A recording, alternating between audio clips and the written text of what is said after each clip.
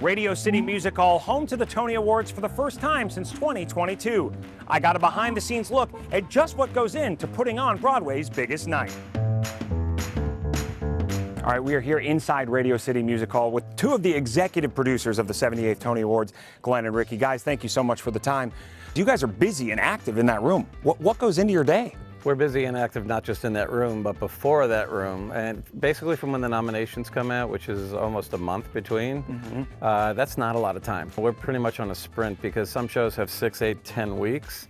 We're all about the performances, but we don't know who our performances are until the nominations come out. So even the cast in the show need to, in a way, relearn it for our purposes. So it's a very, very quick period of time to turn around, make the performances look on TV as best as they possibly can, and not just that, but bring in the right presenters, bring in the right people. There's a lot going on in that time. So how hard is it to adapt something from one stage to another stage and then also be playing to both the audience here at Radio City Music Hall and, you know, the national worldwide audience on the television? Honestly, what we try to do is take something that plays really well in a theater and adapt it to television so that the people at home really have an experience beyond just seeing it.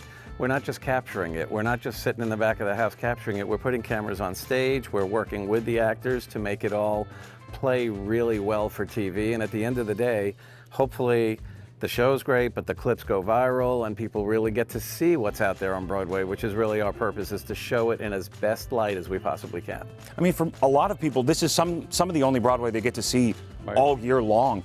How do you choose? You know, there's so many great shows, so many great numbers from this. We just saw one from Maybe Happy Ending. How did you pick that number? How do you choose what goes into the show? Well, the hard part about a show like Maybe Happy Ending is out of context, it doesn't sometimes tell the story. It's actually why we use some B-roll footage underneath the intro to show you that it's more than just that number. So each show is different. Some, it's easy to just pull a number out, and some, it's like, what's the context, having not seen the show. Obviously, Cynthia Erivo hosting this year. How much interaction is there when you're making these transitions and things working with Cynthia? You know, we've been in touch with Cynthia probably for the last 3 months or so. It's been quite a process, and honestly, putting a show together like this is the A part, where you don't know the nominations, you don't know the show, and the B part, where you do know the nominations, and it really turns into a fantastic collaboration with probably 100 people at the end of the day. Cynthia comes in, and we know Cynthia has this beautiful voice. Cynthia is not Ari, and she's not Neil Patrick Harris, and she's not James Corden. We're not trying to make her that.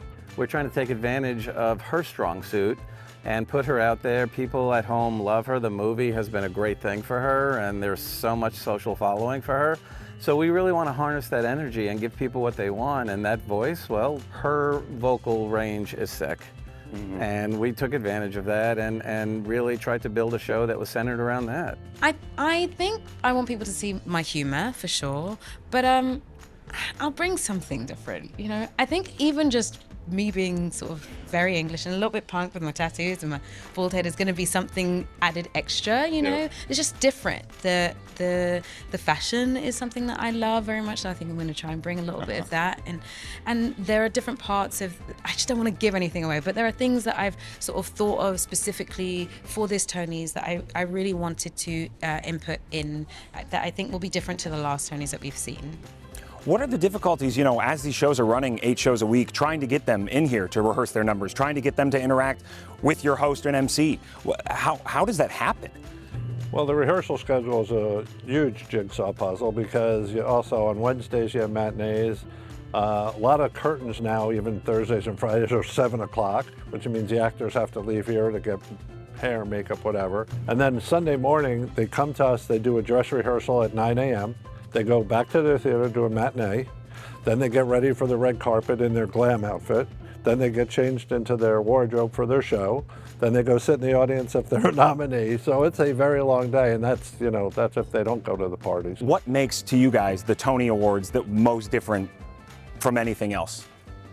Well, working with the creators on Broadway is the biggest difference. You know, we do music shows and acts come in and they haven't really sometimes even rehearsed that number before they show up. Whereas this, they've been doing it 8 times a week. They were tech, they were this.